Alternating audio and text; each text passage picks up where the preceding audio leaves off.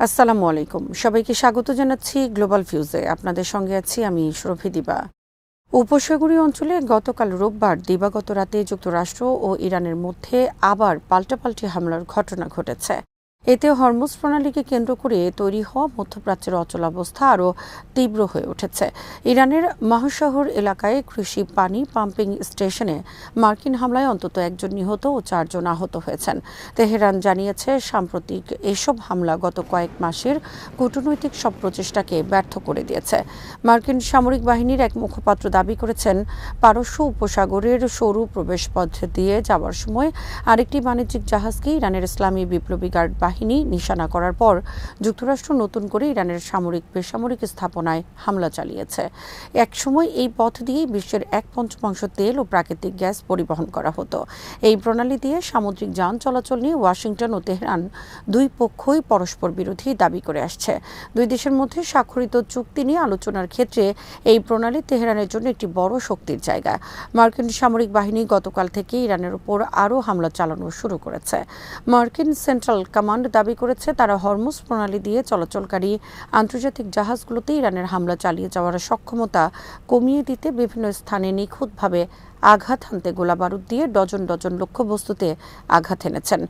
এসব লক্ষ্যবস্তুগুলোর মধ্যে রয়েছে ইরানের সামরিক বিমান প্রতিরক্ষা ব্যবস্থা, উপকূলীয় রাডার সাইট, ক্ষেপণাস্ত্র ও ড্রোন সক্ষমতা এবং ছোট নৌকা। সেন্টকম আরও দাবি করেছে তারা প্রথমবারের মতো মার্কিন ফাইটার বিমান, নৌবাহিনীর যুদ্ধজাহাজ, একমুখী আত্মঘাতী ড্রোন এবং একমুখী আত্মঘাতী সামুদ্রিক ড্রোন ব্যবহার করেছে। মার্কিন সামরিক বাহিনী এর আগে দাবি করেছিল তারা প্রায় 140টি লক্ষ্যবস্তুতে আঘাত এনেছে, যা গত সপ্তাহের আগের 2 দফার হামলার চেয়ে অনেক বেশি শক্তিশালী ছিল। এই মাটির টানে সারা দুনিয়ার সেই সব মানুষের জন্য আমাদের সামান্য সংযোগ, মাত্র 30% টাকায় জমির মালিক হয়ে নতুন বাংলাদেশের গড়ে তোলার স্বপ্ন দেখা। বাংলা বসতি, এই মাটি আমার, এই জমিন আমার। গত এক সপ্তাহে যুক্তরাষ্ট্রের সেন্ট্রাল কমান্ড সেন্টকম ইরানের 170টিরও বেশি সামরিক লক্ষ্যবস্তুতে হামলা চালিয়েছে। এসব হামলায় উপকূলীয় রাডার, আকাশ প্রতিরক্ষা ব্যবস্থা, কমান্ড অ্যান্ড কন্ট্রোল নেটওয়ার্ক, জাহাজ বিধ্বংসী ক্ষেপণাস্ত্র সক্ষমতা, ড্রোন গুদাম এবং ইসলামিক রেভলিউশনারি গার্ড কর্পস এর 60টিরও বেশি দ্রুতগামী নৌযান ধ্বংস করা হয়েছে।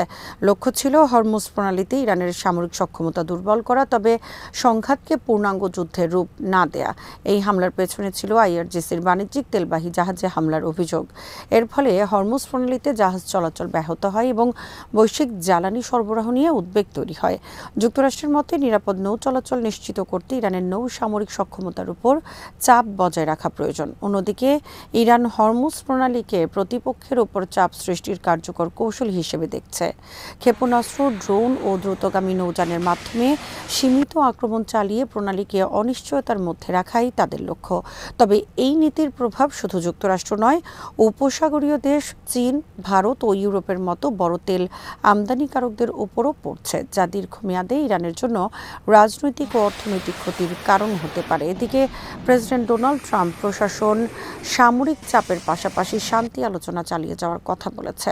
যুক্তরাষ্ট্র চায় ইরান প্রকাশ্যে জাহাজে হামলা বন্ধের প্রতিশ্রুতি দিক এবং হরমুজ প্রণালীতে অবাধ নৌ চলাচল নিশ্চিত করুক। একই সময়ে ইরানের পররাষ্ট্রমন্ত্রী আব্বাস আরাকচির নেতৃত্বে কূটনৈতিক প্রচেষ্টা অব্যাহত থাকলেও আইআরজিসির সামরিক তৎপরতা সেই উদ্যোগের বিশ্বাসযোগ্যতা প্রশ্নবিদ্ধ করছে। ইরানের ক্ষমতার কেন্দ্রগুলোর মধ্যে নীতিগত বিভাজন স্পষ্ট, আর উপসাগরীয় আরব রাষ্ট্রগুলো হরমুজ প্রণালীতে ইরানের নিয়ন্ত্রণ প্রতিষ্ঠার প্রচেষ্টা মেনে নেবে না। তবে তারা সরাসরি ব্যয়বহুল যুদ্ধে না গিয়ে কূটনৈতিক ও অন্যান্য উপায়ে এর মোকাবেলা করবে। ইরানের ইসলামী বিপ্লবী গার্ড বাহিনী আইআরজিসি দাবি করেছে যুক্তরাষ্ট্রের সাম্প্রতিক সামরিক হামলার জবাবে তারা জর্ডান, বাহরাইন, কুয়েত ও ওমানে অবস্থিত একাধিক মার্কিন সামরিক স্থাপনায় 5 ধাপে ক্ষেপণাস্ত্র ও ড্রোন হামলা চালিয়েছে। আইআরজিসির প্রকাশিত একাধিক বিবৃতিতে বলা হয়, এসব অভিযানে গুরুত্বপূর্ণ সামরিক অবকাঠামো ধ্বংস করা হয়েছে এবং পাল্টা অভিযান এখনও অব্যাহত রয়েছে। আইআরজিসির দাবি অনুযায়ী প্রথম ধাপে জর্ডানের প্রিন্স হাসান বিমান ঘাঁটিতে ক্ষেপণাস্ত্র ও ড্রোন হামলা চালিয়ে ক্ষেপণাস্ত্রের গোদাম ও জ্বালানি সংরক্ষণাগারে আগুন ধরিয়ে দেওয়া হয়। দ্বিতীয় ধাপে বাহরাইনের শেখ ইসা বিমান ঘাঁটিতে অবস্থিত মার্কিন ড্রোন কমান্ড ও নিয়ন্ত্রণ কেন্দ্র, হেলিকপ্টার রক্ষণাবেক্ষণ স্থাপনা এবং একটি P-8 যুদ্ধবিমানের হ্যাঙ্গার লক্ষ্য করে হামলা চালানো হয়। তৃতীয় ও চতুর্থ ধাপে কুয়েতের আলী আল সালেম বিমান ঘাঁটির জ্বালানি ট্যাঙ্ক ও একটি প্যাট্রিয়ট আকাশ প্রতিরক্ষা ব্যবস্থা এবং আহমদ আল জাবের বিমান ঘাঁটির একটি কৌশলগত রাডার ধ্বংসের দাবি করে IRGC। এছাড়া কুয়েতে মার্কিন সেনাবাহিনীর একটি ক্ষেপণাস্ত্র ঘাঁটিতে হামলা চালিয়ে দুটি হিমার্স লঞ্চার ও গোলাবারুদের বাংকার ধ্বংস করা হয়েছে বলেও জানানো হয়। পঞ্চম ধাপে বাহরাইনের জুফাইর এলাকায় অবস্থিত মার্কিন নৌঘাঁটি এবং ওমানের দীর্ঘপাল্লার আকাশ ও সামুদ্রিক নজরদারি রাডার লক্ষ্য করে হামলা চালানোর দাবি করেছে IRGC। এদিকে ইরানের সেনাবাহিনী জানিয়েছে বন্দর আব্বাস এলাকায় একটি শত্রুপক্ষের লুকাস ড্রোন ভূপাতিত করা হয়েছে। IRGC হুঁশিয়ারি দিয়ে বলেছে, হরমুজ প্রণালীতে যুক্তরাষ্ট্রের সামরিক হস্তক্ষেপ বন্ধ না হলে আরও কঠোর প্রতিক্রিয়া জানানো হবে। তবে উল্লেখ্য, এসব হামলা ও ক্ষয়ক্ষতির দাবির স্বাধীন বা নিরপেক্ষ কোনো আন্তর্জাতিক যাচাই এখনও প্রকাশিত হয়নি।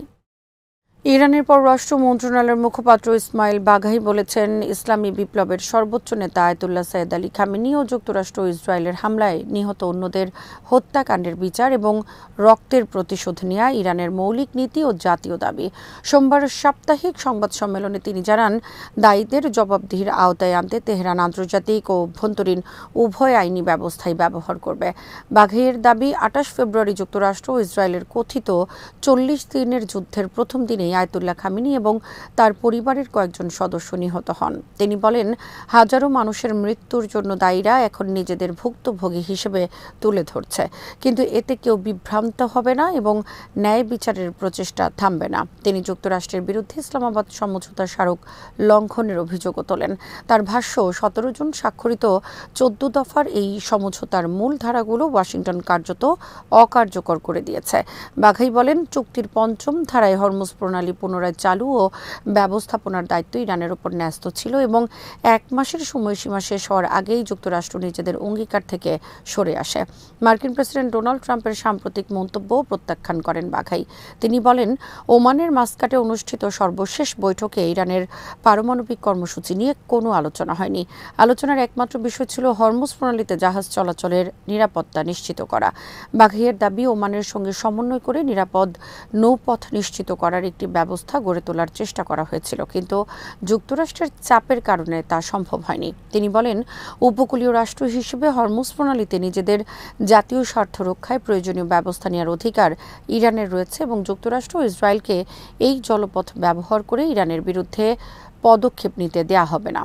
এই মাটির টানে সারা দুনিয়ার সেই সব মানুষের জন্য আমাদের সামান্য সংযোগ মাত্র 30% টাকায় জমির মালিক হয়ে নতুন বাংলাদেশের গড়ে তোলার স্বপ্ন দেখা। বাংলা বসতি, এই মাটি আমার, এই জমিন আমার। যুক্তরাষ্ট্রের ইরানের বিরুদ্ধে চলমান সামরিক অভিযান দেশটির কৌশলগত ক্ষেপণাস্ত্রের মজুদের উপরও ক্রমবর্ধমান চাপ সৃষ্টি করছে বলে এক প্রতিবেদনে দাবি করা হয়েছে। CNN-এর বরাত দিয়ে প্রকাশিত প্রতিবেদনে বলা হয়, প্রেসিডেন্ট ডোনাল্ড ট্রাম্প শুক্রবার ঘোষণা দেন যে ইরানের সঙ্গে কার্যকর থাকা যুদ্ধবিরতি শেষ হয়েছে। এর ফলে পেন্টাগনের ক্ষেপণাস্ত্রের মজুদের উপর আরও চাপ বাড়তে পারে বলে আশঙ্কা করা হচ্ছে। প্রতিবেদনে বলা হয়েছে, চলমান সংঘাতে যুক্তরাষ্ট্র বিপুল সংখ্যক দূরপাল্লার নির্ভুল ক্ষেপণাস্ত্র ও আকাশ প্রতিরক্ষা ব্যবস্থা ব্যবহার করেছে। এর মধ্যে রয়েছে থার্ড প্যাট্রিয়ট এবং টমাহক ক্ষেপণাস্ত্র। দাবি করা হয়, ইরানের ড্রোন ও ক্ষেপণাস্ত্র হামলা প্রতিহত করতে পেন্টাগন তাদের থার্ড ও প্যাট্রিয়ট ইন্টারসেপ্টর ক্ষেপণাস্ত্রের প্রায় অর্ধেক এবং টমাহক ক্রুজ ক্ষেপণাস্ত্রের প্রায় 30% ব্যবহার করেছে। ইসলামাবাদে স্বাক্ষরিত সমঝোতা স্মারকের পর স্বল্প সময়ের জন্য ক্ষেপণাস্ত্র ব্যবহারের হার কমলেও উৎপাদনের তুলনায় ব্যবহার অনেক বেশি থাকায় মজুদ পুনর্গঠন পিছিয়ে রয়েছে। বর্তমান উৎপাদন সক্ষমতা অনুযায়ী প্রতি মাসে সীমিত সংখ্যক টমাহক ও প্যাট্রিয়ট সরবরাহ সম্ভব হলেও 2026 সালে নতুন কোনো থার্ড সরবরাহের সম্ভাবনা নেই বলে প্রতিবেদনে উল্লেখ করা হয়েছে। সবচেয়ে বেশি ব্যবহৃত ক্ষেপণাস্ত্রের মজুদ পুনর্গঠনে অন্তত 3 বছর আর কিছু ক্ষেত্রে 5 বছর পর্যন্ত সময় লাগতে পারে বলে ধারণা করা হচ্ছে। প্রতিবেদনে আরও বলা হয়, এই পরিস্থিতি চীন বা উত্তর কোরিয়াকে কেন্দ্র করে সম্ভাব্য ভবিষ্যৎ সংঘাতের জন্য যুক্তরাষ্ট্রের সামরিক প্রস্তুতিকে প্রভাবিত করতে পারে, কারণ এসব যুদ্ধ পরিকল্পনায় বিপুল পরিমাণ নির্ভুল ক্ষেপণাস্ত্রের প্রয়োজন হবে। এদিকে সংঘাতে ব্যবহৃত ক্ষেপণাস্ত্র পুনরায় সংগ্রহের জন্য জরুরি অর্থায়ন এখনও কংগ্রেস অনুমোদন করেনি, ফলে শান্তিকালীন স্বাভাবিক ক্রয় প্রক্রিয়ার উপরই নির্ভর করতে হচ্ছে। ইরানের বিরুদ্ধে সামরিক অভিযান অব্যাহত থাকলে যুক্তরাষ্ট্রের ক্ষেপণাস্ত্রের মজুদ পুনরায় পূরণের চেয়ে দ্রুত হারে কমে যেতে পারে, যা পেন্টাগনের সামরিক সক্ষমতার উপর দীর্ঘমেয়াদী চাপ সৃষ্টি করবে। আজ এখানেই শেষ করছি। সবাই ভালো থাকুন, সুস্থ থাকুন আর দেখতে থাকুন বিডি ভিউজ। চ্যানেলটি ভালো লাগলে সাবস্ক্রাইব করুন, সংযুক্ত থাকুন আমাদের ফেসবুক পেজে। আল্লাহ হাফেজ। এই মাটির টানে সারা দুনিয়ার সেই সব মানুষের জন্য আমাদের সামান্য সংযোগ মাত্র 30% টাকায় জমির মালিক হয়ে নতুন বাংলাদেশের গড়ে তোলার স্বপ্ন দেখা। বাংলা বসতি। এই মাটি আমার, এই জমিন আমার।